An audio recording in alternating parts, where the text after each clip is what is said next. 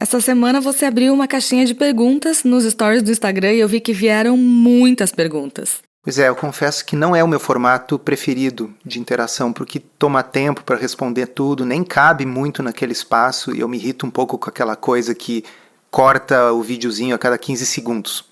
Então, selecionamos aqui algumas perguntas para responder no podcast.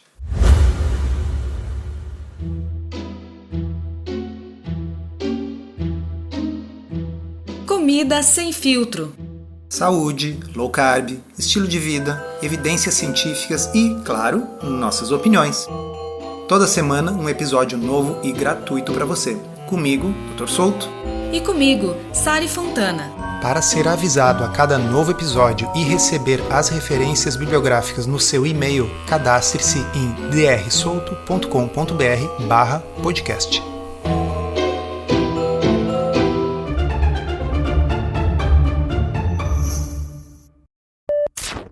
Vamos lá, tem perguntas de todos os tipos.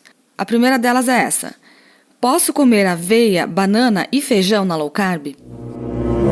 Olha só, é importante que as pessoas entendam que quando a gente vai fazer uma estratégia low carb, a gente não está fazendo necessariamente um juízo de valor sobre a comida. Eu não estou dizendo que banana faz mal para a saúde, ou que aveia ou mesmo feijão sejam alimentos ruins. É que low carb é uma abreviatura em inglês de baixo carboidrato. Então, é uma estratégia que a gente adota, pode ser para emagrecimento, funciona super bem também para pacientes com problemas metabólicos, como gordura no fígado, síndrome metabólica.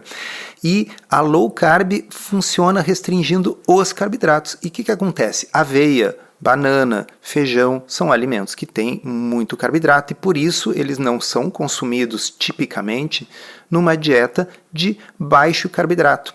O que eu vejo é que às vezes as pessoas querem uma lista de alimentos. Então, pode aveia, pode banana, e o ideal seria que as pessoas compreendessem o que é carboidrato. O conceito, carboidrato é açúcar e amido. Se o alimento tem grande quantidade de açúcar ou amido, ele não vai entrar. Outro dia eu estava brincando e dizendo, imagina que a gente vai fazer uma dieta que não tem insetos. Então eu vou dizer que não pode barata, não pode mosca, não pode grilo. E aí a pessoa chega e pergunta assim, tá, mas gafanhoto pode? Então é melhor entender o conceito de insetos. Se você entender o que é um inseto, mesmo que ele não esteja naquela lista, se ele for um inseto, você não come.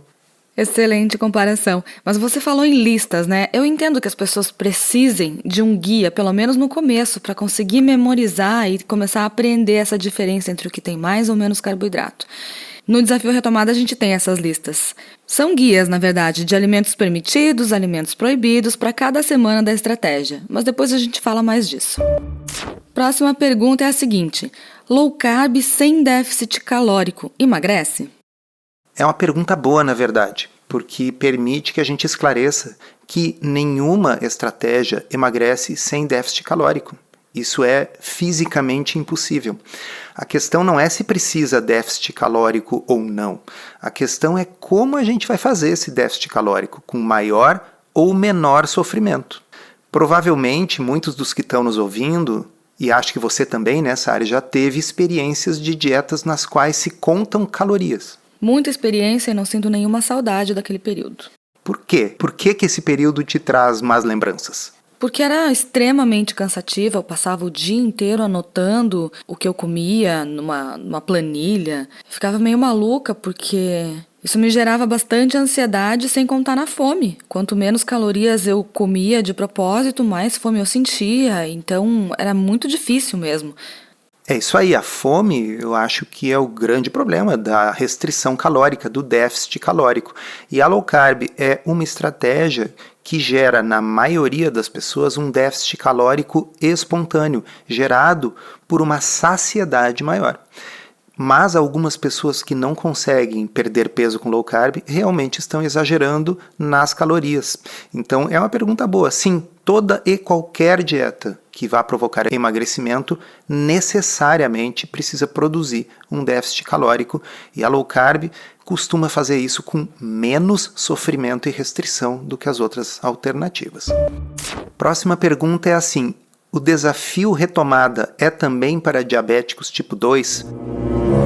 gente está falando do Retomada porque estamos aqui no início de agosto e as inscrições para a terceira edição estão abertas. Eu acho que vale a pena a gente também explicar para quem não sabe o que é isso, né? E por que as pessoas estão perguntando. Pois é, o Retomada ele tem 2 objetivos. Como o nome diz, um deles é retomar para quem estava fazendo, acabou por um motivo ou outro abandonando a estratégia e está precisando de uma ajuda para voltar. Mas também serve para quem está perdido com esse tipo de pergunta, para quem está precisando de um acompanhamento prático, de instruções. Como a gente diz, para quem está precisando das rodinhas para aprender a andar de bicicleta, porque depois a gente tira as rodinhas e continua andando, mas para aprender, às vezes essas rodinhas, esse apoio é importante, né? Eu acho que o formato do desafio é interessante porque ele é relativamente curto, são 14 dias, são 2 semanas. E nem sempre é fácil a gente pensar em se comprometer a longo prazo. Eu gosto de pensar em períodos curtos e assim eu vou conseguindo vencer etapa por etapa. Mas voltando à pergunta, ele é também para diabéticos tipo 2? Sim, ele é, mas tem um detalhe importante. Qual é? O que acontece é o seguinte, diabetes tipo 2 melhora muito com low carb. Dependendo do tipo de medicamento que a pessoa estiver usando, esses medicamentos precisam ser diminuídos ou eliminados pelo médico para que a pessoa possa fazer uma dieta low carb, porque a low carb é muito eficaz em reduzir rapidamente os níveis de glicose nessa população. Então, medicamentos como metformina, por exemplo, não interferem, mas existem outros medicamentos que podem interferir. A resposta curta é sim, mas com o conhecimento e consentimento do seu médico. Doutor Souto, o que o senhor acha de glutamina e própolis em jejum? Nossa, eu acho que eu vomitaria se eu consumisse esse tipo de coisa em jejum. A pergunta é, por que alguém faria isso? Porque tá na moda, porque tem um monte de gente que fala isso na internet, glutamina, própolis, água morna com limão e gratidão. Pois é, pessoal, isso são rituais. E se você encara como ritual e te faz bem, sei lá, acender um incenso de manhã, tá tudo bem. Mas não existe nada disso, tudo isso é pensamento mágico e mitologia, tá certo? Então você pode não comer nada de manhã se você preferir ficar em jejum, você pode consumir alguma coisa que você goste, e eu acho que a maioria das pessoas vai preferir um café do que própolis em jejum. Então vamos tirar esses mitos, a gente aqui está falando sobre ciência e racionalidade. Então não tem nada, exceto alguns remédios como levotiroxina, que precisem ser consumidos em jejum porque vai ter um efeito melhor dessa forma. Na realidade, são rituais e ninguém precisa fazer esse tipo de coisa, e isso é mais modismo. O pessoal fala como se low carb fosse uma coisinha da moda. Low carb tem dezenas de ensaios clínicos randomizados mostrando que funciona na literatura. Agora, essas coisinhas aí, sim, são da moda. Você faça se você quiser, como quem faz um ritual religioso, né? Falando em moda, tem uma outra pergunta que vai nessa linha. Esses chás que estão na moda ajudam mesmo a emagrecer? Olha, gente, coincidentemente, esses dias eu fui numa loja dessas que vende produtos naturais e no caixa tinha um display de um chá. Eu até tirei uma foto e mostrei nos stories. Eu vou falar o nome. Não era o desinchar? Eu acho que é um primo. Eu acho que o desinchar fez um trabalho de marketing muito bom e acabou abrindo caminho para outras marcas também adentrarem esse mercado. O nome me chamou muito a atenção. Qual é? Xenical. Eu não sei se todo mundo conhece o remédio Xenical. Xenical, um remédio que se usa para emagrecer, mas ele tem resultados piores do que os medicamentos mais modernos. Mas enfim, é um remédio que efetivamente produz algum emagrecimento. O que me deixa triste e até preocupada é que a gente está em 2022 e ainda tem muita gente que acredita que tomar um chá desses vai ajudar a emagrecer. Sempre tem alguém tentando explorar a ingenuidade das pessoas.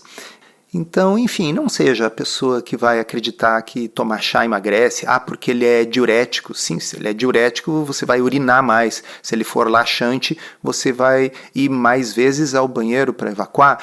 Mas a gente não perde gordura pela urina ou pelas fezes. A gente perde gordura, vocês sabem por onde?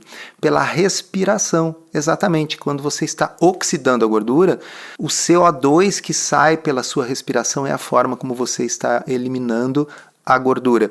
Mas isso só vai acontecer se você fizer uma estratégia que gere um déficit calórico, que não é o caso do chá. Então, não vamos cair nessa, né?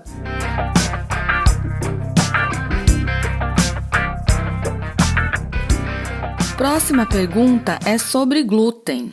Vi um médico dizer que não podemos ficar 100% sem glúten. É verdade? Se isso fosse verdade, os celíacos estavam destinados a desaparecer, porque eles precisam ficar 100% do tempo sem glúten. A verdade é o seguinte, ficar 100% do tempo sem glúten é praticamente impossível. Mesmo os celíacos, infelizmente, de vez em quando acabam consumindo pequenas quantidades de glúten sem saber ou por engano. Então, eu não vejo nenhum problema porque alguém não poderia ficar 100% do tempo sem glúten. Por outro lado, a pergunta é, será que isso é necessário? E eu diria que, exceto para aquelas pessoas que são realmente intolerantes ao glúten ou para os celíacos, isso não é necessário. Se você faz uma low carb, você vai acabar tendo pouco glúten de qualquer forma. Por quê? Porque tudo que tem glúten tem carboidrato também. É o caso do trigo, da cevada e do centeio. Então, se você está fazendo uma dieta de baixo carboidrato, você não está consumindo essas coisas porque elas são altas em carboidrato, logo a sua dieta vai ser pobre em glúten. Mas se você não tem intolerância e não é celíaco, não precisa ficar 100% do tempo sem glúten e frequentemente as pessoas vão fazer alguma exceção, comer lá uma fatia de pizza e tá tudo bem. Outra pergunta. Qual o queijo mais indicado para emagrecer? Existe algum menos ruim? Eu vou dizer uma coisa que talvez provoque lágrimas, mas a gente não come queijo para emagrecer. A gente come queijo porque é gostoso. Ele entra dentro de uma dieta de baixo carboidrato, porque ele tem pouco carboidrato, mas o queijo tem uma relação proteína-energia ruim. O que significa isso? Ele tem bem mais gordura do que proteína, então ele é muito calórico. Para algumas pessoas, pode dificultar o emagrecimento. Esse assunto da relação proteína-energia é outro assunto que a gente fala em detalhes durante o desafio Retomada.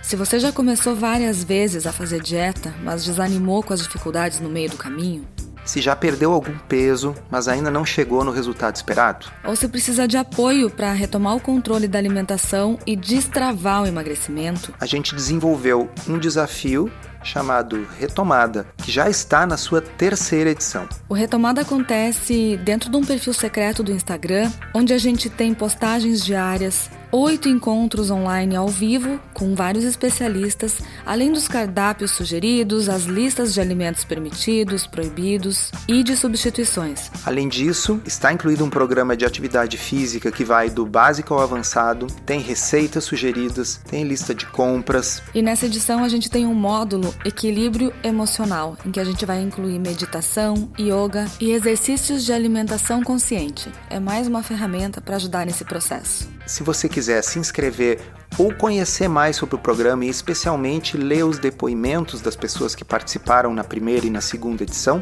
vá em drsolto.com.br/retomada. As inscrições estão abertas e em agosto a gente já vai começar com atividades de aquecimento lá no perfil. Esperamos você lá.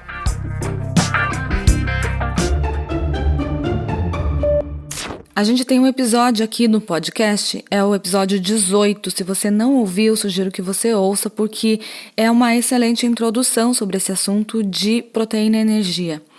No Retomada, essa é a estratégia que a gente aplica na 2ª semana. A gente começa fazendo uma low carb com comida de verdade e a gente faz a transição na 2ª semana para uma estratégia de boa relação proteína-energia.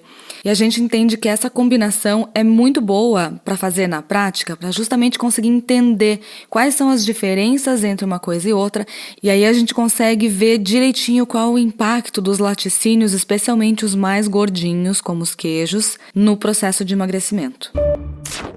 Doutor Souto, a low carb causa desnutrição a longo prazo? Vamos pensar assim, pessoal, quais são as coisas que a gente elimina numa low carb? Seja ela uma low carb bem restritiva, seja ela uma low carb mais moderada. A gente vai tirar doces, açúcar, refrigerantes, a gente vai tirar biscoito, pão, massa, bisnaguinha, a gente vai tirar coisas como batata frita, pizza, milkshake. E aí eu pergunto, Sari, de que forma a retirada dessas coisas poderia provocar uma desnutrição? Na verdade não tem nada nesses alimentos que provoquem uma boa nutrição. Então, portanto, retirá-los não tem como causar desnutrição, certo? Claro, vai melhorar a qualidade da nutrição, porque a gente sempre diz que a nutrição é um jogo de soma zero. Quando você tira uma coisa, outra coisa toma o lugar. Então, na hora que você tira as coisas que eu acabei de dizer, o que a pessoa vai comer? A pessoa vai comer salada, legumes, carnes, peixes, ovos, frutas de baixo índice glicêmico, que incluem não apenas moranguinho, mirtilo, framboesa, amora, coco, abacate, mas incluem também coisas que as pessoas nem se dão conta que são frutas, como berinjela, abobrinha, pimentão, azeitona, pepino. Essas coisas que, botanicamente falando, são frutas e têm as mesmas características benéficas de nutrientes e fibras que as frutas ricas em açúcar, elas vão preencher o espaço deixado pelos biscoitos, pães e doces. Portanto, o que corre o risco é de você ter uma nutrição muito boa e muito melhor ao longo prazo, tá certo? A gente nunca ouviu falar de algum caso de deficiência nutricional por causa da ausência de cookies. Exatamente. Mas eu entendo o motivo da pergunta porque é um mito dentre os tantos mitos que, infelizmente, profissionais de saúde, profissionais da nutrição seguem dizendo e escrevendo por aí. Então, que fique claro, você está tirando coisas que têm baixíssima nutrição e substituindo por alguns dos alimentos mais nutricionalmente densos que existem quando você faz uma dieta de baixo carboidrato. Encerramos assim esse episódio do Comida Sem Filtro, que foi idealizado, roteirizado e produzido por nós. Se você gostou, divulgue para os seus amigos e inscreva-se na sua plataforma preferida para não perder nenhum episódio. As informações contidas neste podcast são apenas para fins informativos e podem não ser apropriadas ou aplicáveis às suas circunstâncias individuais. Este podcast não fornece aconselhamento médico ou profissional e não substitui a consulta com um médico e/ou nutricionista. Não use este podcast para diagnóstico ou tratamento médico. Qualquer sugestão é apenas uma recomendação geral, que não é específica para qualquer pessoa ou doença em particular.